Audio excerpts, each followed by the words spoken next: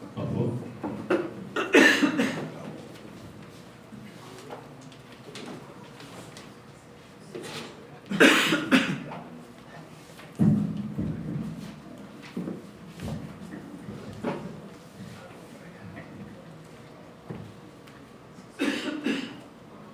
Boa noite a todos e todas. Que Jesus esteja sempre presente em nossas vidas, hoje e sempre. Meu nome é Jaime Lopes, sou um dos trabalhadores aqui desta casa durante um bom tempo, quase 8 anos, e depois eu fui chamado para fundar e construir uma nova Casa Espírita no Distrito Federal, que é o Vida Instituto Espírita Bezerra de Menezes, lá do Areal, que neste mês, exatamente neste mês, está completando 13 anos de fundação. Isso significa que eu estou ficando velho, né? Então, gente, obrigado mais uma vez pelo convite desta casa para estar aqui com vocês e, na verdade, não para fazer uma palestra, mas para, junto com vocês, trazer uma reflexão. E o tema de hoje que eu escolhi, muito pretensiosamente, lições de Jesus. Enquanto aqui a música estava sendo transmitida, executada, né, pela voz belíssima ali do nosso irmão, né, fazendo com que esse ambiente ficasse ainda mais florido, né, energeticamente, muito mais do que quando aqui chegamos. Um espírito amigo que eu acredito seja um dos coordenadores desta tarefa nesta casa, aqui do salão, das palestras, da reflexão. Ele ditou para mim que eu quero começar a minha fala com esse ditado desse espírito amigo. Ele me disse assim: Jesus fala-nos até hoje, nos montes da vida, encarcerada neste planeta em processo evolutivo. Hoje mesmo, é o que ele está se referindo, temos que abrir nossos corações e nossas mentes para, com pureza d'alma, alcançar a essência da mensagem do Mestre, do amor, da vida e da paz. Sejamos todos os discípulos amados, dispostos a dar a vida pela construção de um mundo melhor, de justiça, amor e paz. Um espírito amigo. Então, com esta inspiração que nos chegou aqui, nós vamos começar a nossa reflexão sobre esse tema, lições de Jesus. Por que eu disse que era pretensioso? Porque as lições de Jesus nos evangelhos são inúmeras, né? Para quem tem acesso e gosta de ler e meditar os evangelhos de Jesus, os evangelhos de Mateus, Marcos, Lucas, João, nós vamos ali encontrar inúmeras lições, não é uma ou duas. Mas eu vou concentrar hoje a nossa reflexão no que eu vou aqui tomar a liberdade de dizer que é a Constituição, fazendo analogia com o direito, né? Que é a constituição da mensagem de Jesus, a partir da qual tudo que ele disse depois deriva nessas 8 bem-aventuranças que nós vamos aqui refletir. Trata-se, portanto, do Sermão do Monte, ou Sermão da Montanha. E é sobre essas bem-aventuranças que a gente vai buscar refletir nesta noite. Assim denominado Sermão do Monte ou Sermão da Montanha, Porque Jesus o proferiu nas encostas de um monte, perto de Tiberíades, que fica à margem oeste do lago de Genezaré. Embora Jesus dirija a palavra aos seus discípulos, o sermão do monte, ou sermão da montanha, foi proferido, na verdade, para uma enorme multidão, evidentemente, nos marcos daquele tempo, né, das pessoas que buscavam ouvir Jesus onde ele estivesse. Então, na verdade, foi proferido para uma enorme multidão que tinha vindo de Cafarnaum exatamente para ouvi-lo, mas também de outras partes da Judéia, da encosta do mar e de Tiro e de Sidom. Todas essas pessoas vindo dessas localidades estavam ávidas de ouvir o Mestre e sua mensagem. E, portanto, os evangelistas nomearam este sermão, ou estas palavras, ou esta reflexão, ou esta mensagem de Jesus, como sendo das bem-aventuranças. Por que bem-aventuranças? Porque assim ele começou cada uma delas. Na verdade, se a gente vai contar essas bem-aventuranças, ela constitui 9 bem-aventuranças.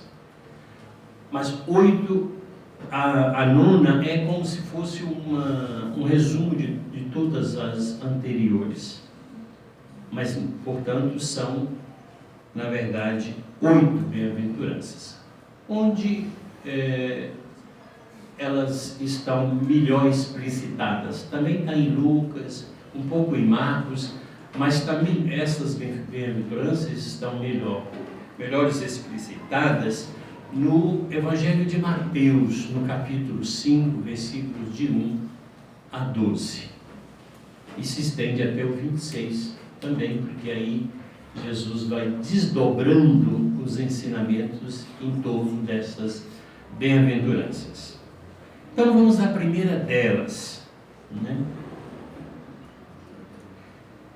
Porque essas bem-aventuranças, na verdade, elas buscam fazer a relação das qualidades, das virtudes ou disposições necessárias para se entrar no reino dos céus.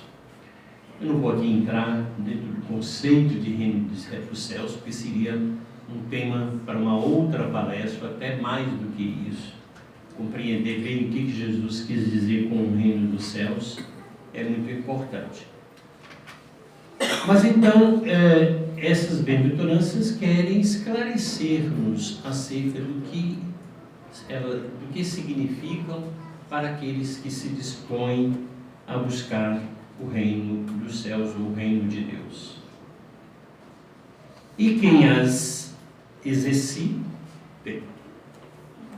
sem dúvida, vai ser chamado de bem-aventurado. Aqueles que procurarem viver essas bem-aventuranças na sua própria vida, na sua própria existência, serão bem-aventurados pelos resultados, evidentemente, que vão alcançar no seguimento de Jesus, colocando em suas vidas essas bem-aventuranças.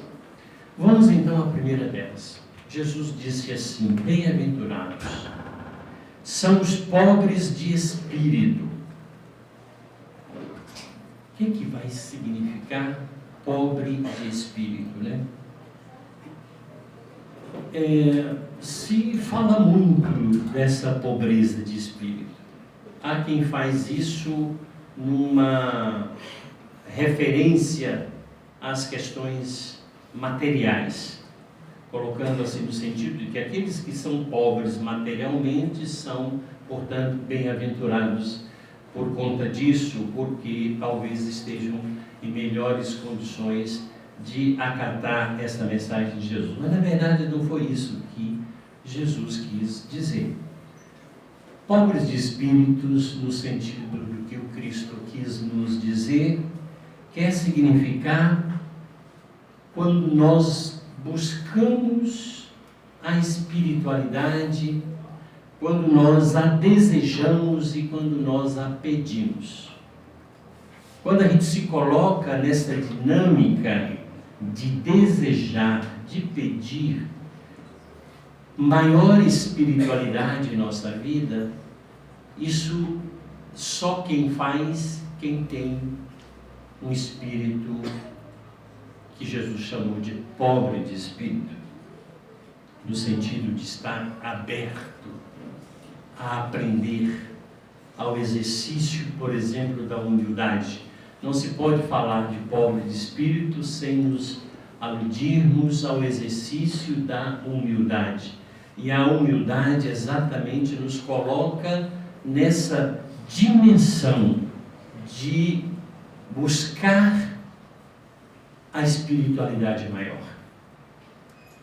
E através da espiritualidade maior, nos acendermos àquilo que Jesus, na sua plenitude, nos deixou. Então, ser pobre de espírito é estar aberto a Deus, é estar aberto à mensagem de Jesus, é estar aberto a querer buscar e pedir cada vez mais a espiritualidade em nós. E aqui não estou falando de religião. Quando a gente fala de espiritualidade, muitas vezes as pessoas confundem com prática religiosa, ou com pertencer a esta ou aquela religião. Não é disso que se trata. Porque tem muitos que são pertencentes a uma determinada religião, ou a determinadas práticas religiosas, mas não necessariamente são pobres de espírito. São pessoas que buscam verdadeiramente se espiritualizar, que buscam verdadeiramente essa espiritualização profunda do ser. Porque é mais do que isso. É muito mais do que isso. E aí Jesus prossegue e vai trazer a segunda bênção, porque elas são concatenadas.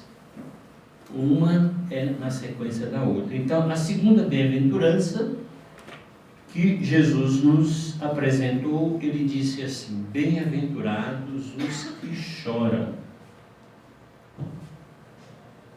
No Evangelho segundo o Espiritismo, nós temos um capítulo inteiro, grande, maravilhoso, que vocês todos deviam ler todos os dias, porque é muito profundo.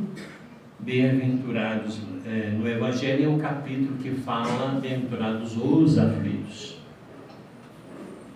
Kardec trouxe dessa forma isso que Jesus disse: bem-aventurados os que choram, né? Ou seja, os que sofrem, suportando resignadamente suas provas e expiações. Vejam bem, meus irmãos, que Jesus falava essas coisas num contexto social, político, num contexto de vida extremamente precário. As pessoas que ali estavam ouvindo Jesus eram considerados os párias daquela sociedade, os que não participavam da elite judaica daquele tempo. Portanto, eram pessoas portadoras de muitas dores, de muitas necessidades, de muito sofrimento. E Jesus vai consolar através dessa bem-aventurança essas pessoas. Como quem disse assim: olha, se espelhe naqueles que acham que tudo têm, porque estão iludidos na materialidade. Vocês que sofrem são bem-aventurados, porque vocês estão Claro, não vai depender, evidentemente, porque ele diz isso, né? Vai depender da forma como a gente sofre. O Evangelho, segundo o Espiritismo, no capítulo 5, vai nos dizer exatamente isso, porque tem sofrer e sofrer. Lá tem uma parte que fala do bem e do mal sofrer, nesse capítulo. Então, quando nós sofremos, suportando resignadamente as provas e expiações, sem blasfemar contra Deus, sem negar a existência, e buscando entender que esse sofrimento ele pode ser extremamente redentor. Porque todos nós que reencarnamos neste planeta, haveremos de sofrer, haveremos de passar pelas aflições. Jesus disse em outro momento, não nesse contexto, mas em outro momento, no mundo tereis aflições. Ele não disse que seria tudo um mar de flores, até porque nós estamos num planeta de provas e expiações, e aqui reencarnam aqueles que precisam evoluir, e a dor é sempre um caminho de redenção, dependendo da forma como nós nos colocamos diante dela. A gente, olhando a realidade que nos cerca hoje, cada um de vocês aqui tem suas experiências de dor pessoal, e quando eu falo de dor, não é só dor física, mas também dores morais, dores emocionais, psíquicas. Hoje, mais do que nunca, grande parte da população sofre das dores emocionais e psíquicas.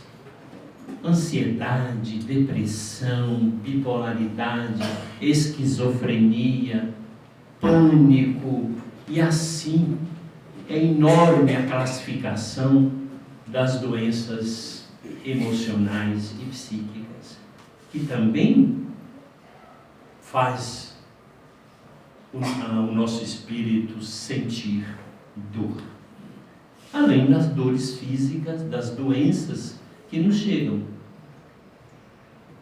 Não sei se vocês têm percebido que os casos de câncer está cada vez mais frequente. E as pessoas estão sofrendo muito, até porque a grande maioria que passam por doenças desta natureza não tem como tratar. Porque o SUS não dá conta de tratar. Porque a nossa organização social e política ainda não universalizou o acesso para que todas as pessoas pudessem, uma vez necessitada de tratamento, ter essa possibilidade. Muitos que hoje estão aí na fila para fazer um exame para saber qual câncer que tem. Aí isso não chega nunca, muitas vezes. E muitas pessoas morrem sem serem tratadas. Passando, portanto, não por uma mera prova, passando por uma dura expiação. E aí Jesus prossegue. Depois de dizer que bem-aventurados os que choram, e aí ele está dizendo que a dor faz parte da existência humana neste planeta, ele diz assim na terceira bem-aventurança: bem-aventurados os mansos. O que seriam os mansos, ou brandos, noutra tradução? Os que não agridem, nem violentam, e assim não provocam e nem geram novos problemas. Esses são os mansos de que Jesus falava. Eu vou repetir: os que não agridem nem violentam. Será que a gente vive numa sociedade em que as agressões são muito presentes? Vivemos? Vocês acham? Será que a gente vive numa sociedade ainda hoje em que a violência campeia a todo tempo? Será? O tempo todo. E aqui a gente nem precisa falar das grandes violências ou das agressões coletivas, como as guerras, por exemplo, que nós estamos vivenciando nesse momento em partes do mundo. Populações sendo dizimadas por bombas que caem, que matam as pessoas. E muitas vezes em nome de quê? Em nome de defender territórios, em nome de defender riquezas, as guerras são realizadas. Mas não é só dessa violência que Jesus refere, essa que é tão fácil da gente identificar. E aquela violência cotidiana, dentro das nossas famílias, os chamados hoje crimes do femicídio, eu acho que é o nome, porque as estatísticas são extremamente preocupantes, porque ainda vivemos numa sociedade machista, em que as mulheres são tratadas, no tempo de Jesus elas já eram tratadas e continuaram sendo tratadas ao longo da história e são tratadas ainda hoje as mulheres como seres inferiores de segunda classe, em que o homem, com a sua natureza patriarcal, entende que tem que ter a mulher numa condição de submissão. E a gente tem visto que mulheres, dentro dos seus lares, sofrem cotidianamente violências. Não é só a violência física, mas violência psicológica, de ameaça, a violência que manda calar a boca, porque aqui quem manda sou eu, porque sou eu que ponho uma comida dentro de casa, então cale-se e não fale nada. Isso é violência. Porque isso chega no outro como algo que fere a alma. Então nós estamos falando de violência que começa no interior da família, aí se espraia para a comunidade da onde a gente vive, que basta a gente pisar na rua para encontrar a violência das mais diversas, e acaba nessa grande violência coletiva que se apresenta na forma das guerras entre povos. Então Jesus nos convida a sermos mansos. Não pode um cristão ter uma atitude, seja qualquer que seja, de agressão a outrem. Agressão física, ou psicológica, ou emocional, ou psíquica, seja qual for. Então Jesus nos convida nesta bem-aventurança a construirmos uma sociedade de pessoas brandas, mansas, capazes de não proferir, porque a violência, como eu disse, ela não é só física, ela é uma violência também da palavra. E talvez seja hoje a violência mais comum que a gente vê por aí, a da palavra. E seguindo, Jesus vai nos trazer a quarta bem-aventurança. E ele diz, e essa é extremamente atual também, ele diz, bem-aventurados, os que têm fome e sede de justiça, os que querem a verdade e o bem. Fome e sede de justiça. Nós vivemos num mundo em que a justiça prevalece?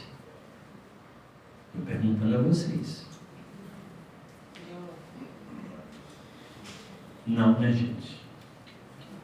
Nós vivemos num mundo ainda marcado por profundas injustiças, de toda ordem.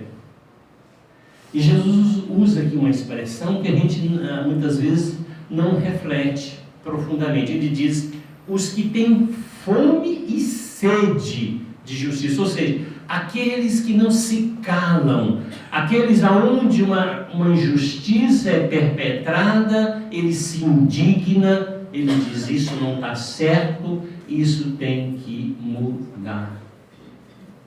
Então Jesus, os que têm fome e sede de justiça. E não se pode falar de justiça sem a verdade, porque não há justiça na mentira e no engodo. Então justiça e verdade andam juntas. E é preciso que nós tenhamos fome e sede, porque se nós não termos fome e sede, nós vamos viver nos colocar numa situação passiva diante daquilo que acontece ao nosso derredor.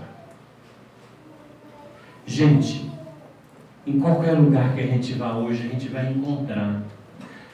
Se você for num hospital, você vai encontrar as injustiças acontecendo. Eu li um relato de uma pessoa falando do que ele viu, por exemplo, na espera, na antessala, na parte de recepção de um hospital. Não vou entrar aqui nos pormenores do que mas essa pessoa, diante da injustiça que ela conseguiu, que escutou o diálogo e percebeu ali uma injustiça, ela não conseguiu ficar sem se indignar. E aí até chega um momento que ela vai tomar a defesa daquela pessoa perante a quem não estava dando a atenção devida naquele instante. Então as injustiças estão aí, campeando na nossa sociedade, tornando a vida cada vez mais difícil. Então é preciso que a gente tenha fome e sede. Não podemos nos calar. Nós vivemos num país como o Brasil, em que nesse exato momento tem 30 milhões de pessoas passando fome. Enquanto nós estamos aqui, vimos de casa, tomamos o nosso lanche, eu mesmo fiz isso, né? Se voltarmos para nossas casas, a gente vai encontrar uma casa, uma cama, abra a geladeira, vai encontrar o que alimentar, o que comer. Não estou dizendo que não deva ser assim, mas é preciso que a gente pense que tem 30 milhões de pessoas que não tem nada disso. Crianças que estão nesse momento chorando, pedindo aos seus pais o que comer e eles não têm o que dar. Isso é fruto de quê? É Deus que quer isso? É Jesus que, não, está certo, está legal, não tem problema, está certo? Não. Isso é fruto da sociedade que a gente vive, porque uns poucos têm muitos e a grande maioria nada tem. Isso está errado, isso é injusto, isso tem que mudar algum dia. E o planeta que passa por um processo de regeneração, espíritos que porventura não se indignam diante da justiça, da injustiça, ou que não tem essa fome de sede de justiça, ou que colabora com a injustiça, ou que vê a injustiça e não faz nada, estes não renascerão neste planeta na fase da regeneração. Porque na fase da regeneração deste planeta, não poderás ter espíritos que faz de conta que não está enxergando coisas que precisam ser mudadas.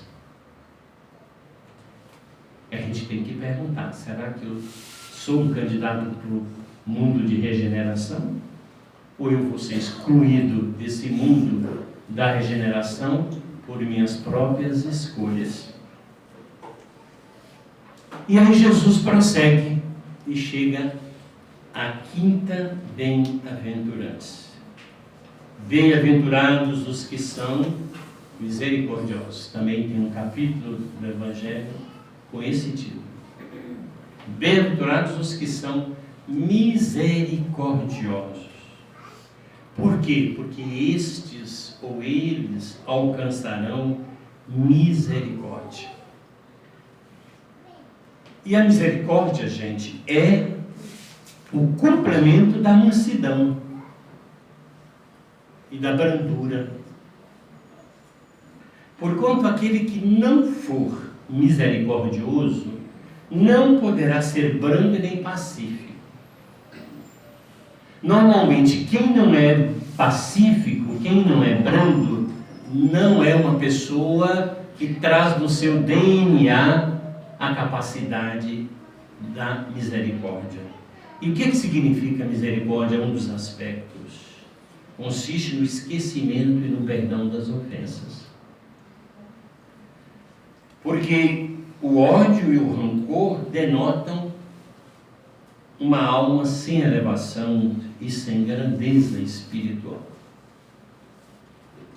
Então, se a gente busca que Deus seja misericordioso conosco, ou seja, que Deus nos perdoe pelas faltas que cometemos o tempo todo, nós só encontraremos essa misericórdia divina se nós formos misericordiosos com aqueles que nos ofenderam, por exemplo. Quem de nós aqui é capaz de dar a outra face como Jesus nos ensinou, se uma delas for afetada? Nós estamos num patamar da nossa evolução que não é essa de dar a outra face se uma é agredida, é bater o levou. E tem pais que educam os filhos dizendo: meu filho, se você apanhar na escola, bate também. Não quero ter um filho aqui covarde, ensina esses valores. Não quero ter um filho que não revide a agressão. E aí a gente pode lembrar, gente, os grandes... Eu vou falar mais na frente, vou deixar para falar desses pacificadores mais na frente.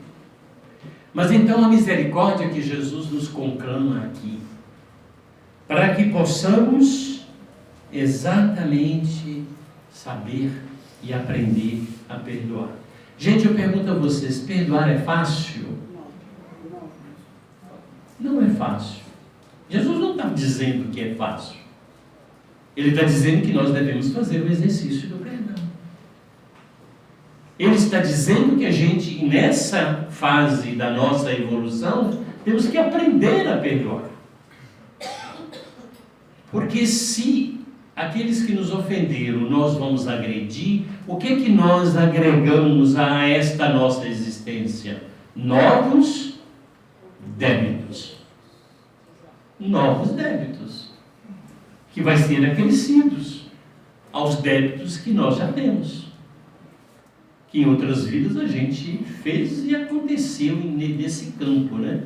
Bateu, levou. E o bateu, levou mesmo. Às vezes levou pancada, e levou tiro, e levou violência, levou muita coisa.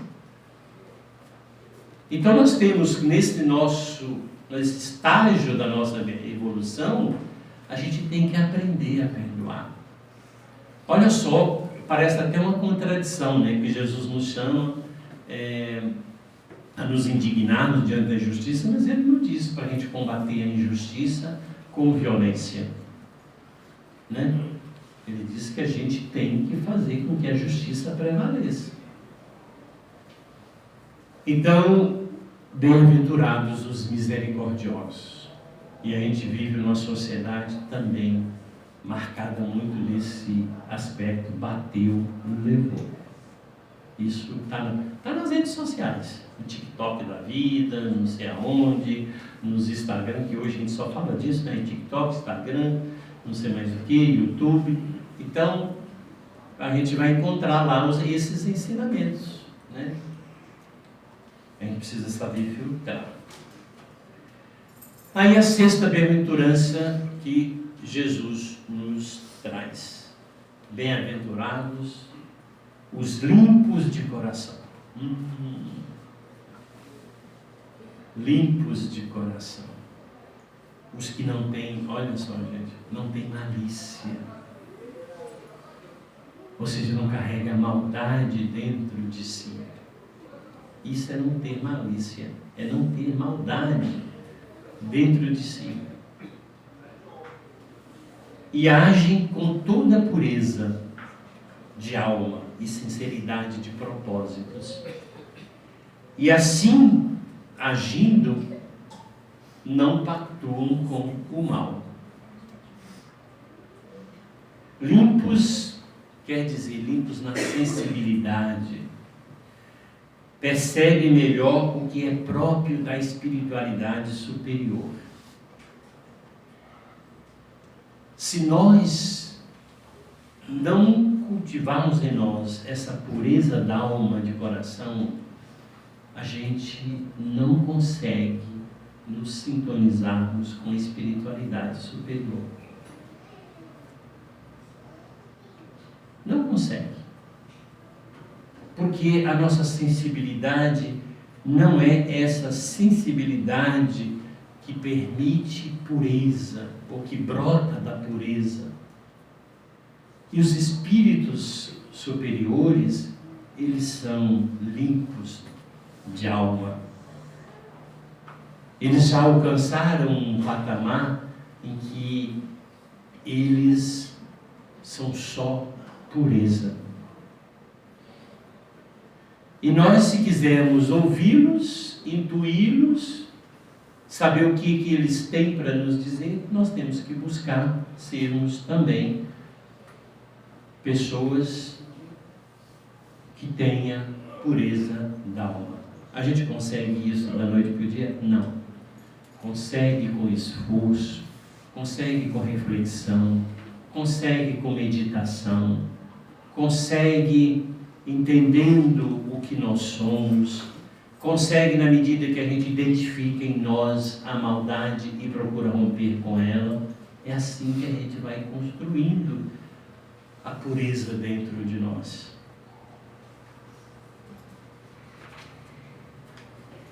E aí Jesus chega na sétima bem-aventurança.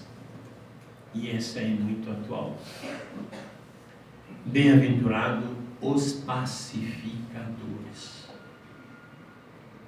Os que procuram conciliar tudo e todos, favorecendo a harmonia geral.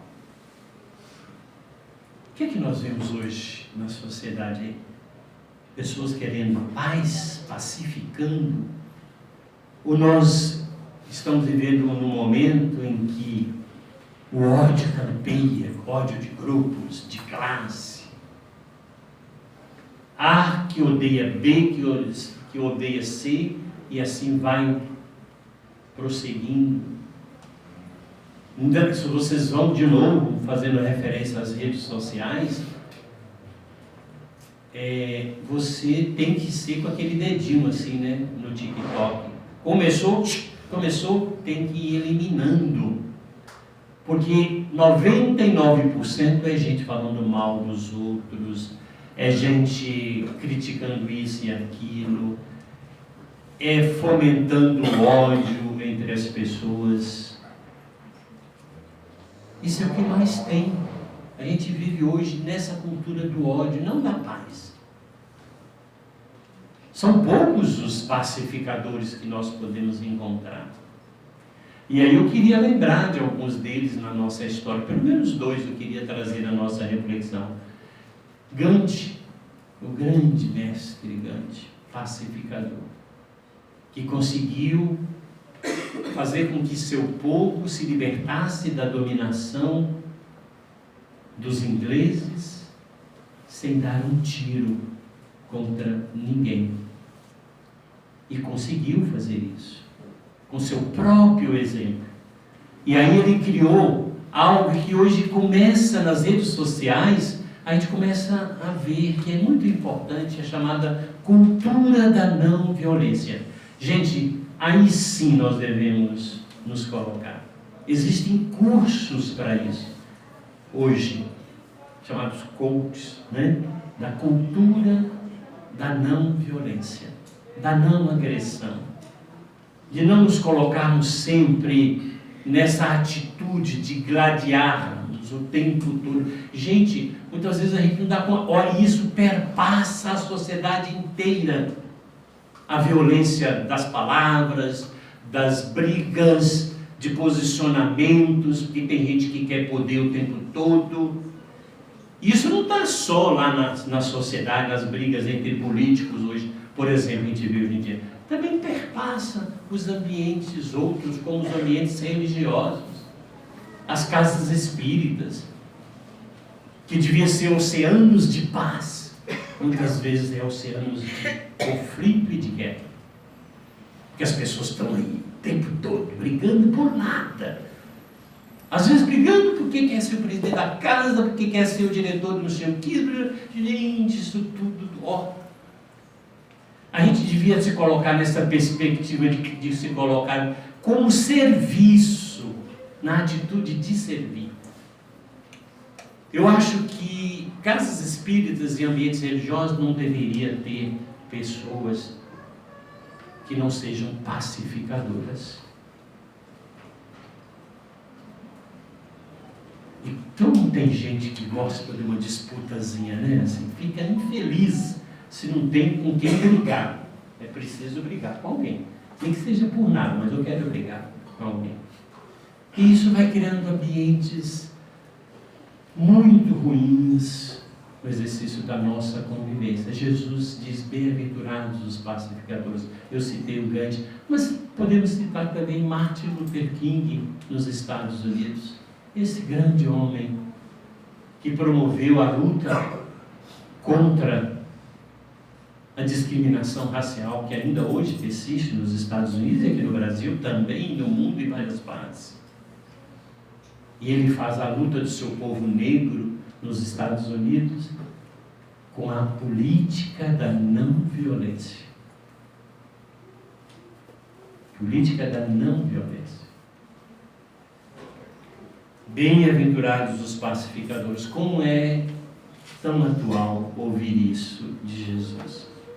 No mundo marcado pelas contendas, pelas brigas, pelas disputas, e que muitas vezes faz sangrar a alma de muita gente. Aí vamos para a oitava bem-aventurança que Jesus nos traz: os que forem perseguidos e injuriados por seu anseio de justiça. Os que têm anseio de justiça. Porque quem se coloca na dinâmica de fazer justiça, de construir justiça, de buscar a verdade, tem às vezes como consequência a perseguição.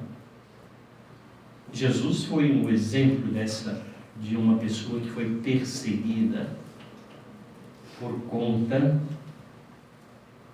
de tudo aquilo que ele nos ensinava e nos ensinou.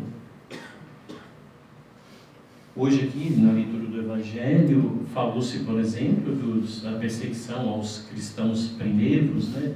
Dos cristãos lá primitivos, que eram colocados mortos, né, nas arenas, por conta da mensagem de justiça que Jesus nos trouxe. E quantos que morreram em nome da justiça, querendo fazer justiça? Então Jesus enaltece os que sofrem perseguição porque se coloca na dinâmica de querer a verdade e a justiça. E nós podemos dizer que quem assim se coloca na vida é sinal de evolução e de merecimento espiritual. Né? Quem se coloca nessa dinâmica de querer justiça. E ao final das bem-aventuranças, e aí nós vamos chegando ao final, né? Eu acho que já está esgotando o tempo. Ao final das bem-aventuranças, Jesus exorta os discípulos a empregarem as qualidades que Deus lhes deu em benefício dos semelhantes, sem se deixarem corromper. Ele diz: vocês são sal da terra. Qual que é a natureza do sal, o significado de ser sal? É dar sabor, né? Temperar. Então é preciso que nós, como discípulos de Jesus, busquemos ser o sal da terra, no sentido de tudo isso que nós já falamos aqui anteriormente, na vivência das 7 bem-aventuranças. E assim sempre nós vamos ser o sal da terra. Tem muita gente querendo ser sal da terra, iluminar este planeta, ser uma pequena luz no meio das trevas. E Jesus ainda também exorta os discípulos a sem ocultarem seus valores espirituais, para serem luz do mundo. Só pode ser luz quem se afastou das trevas. E muitas vezes a gente tem que olhar para a gente e saber o que mais existe em nós: a luz ou a treva? Ou as sombras? Porque às vezes não chegou a treva, propriamente dito, mas as sombras já nos alcançaram. É um pulinho para se tornar uma escuridão. A gente tem que se perguntar para nós mesmos: nós somos luz que ilumina, somos sal que dá sabor à vida, na nossa vida e à vida dos outros, da comunidade, das pessoas que nos servem? Somos luzes nesse contexto de tanta violência, de tanta dor, de tanto sofrimento? Será que dentro daquilo que é a nossa experiência evolutiva, às vezes experienciando em nós mesmos sofrimento e dores, mas da forma como a gente vive essa realidade,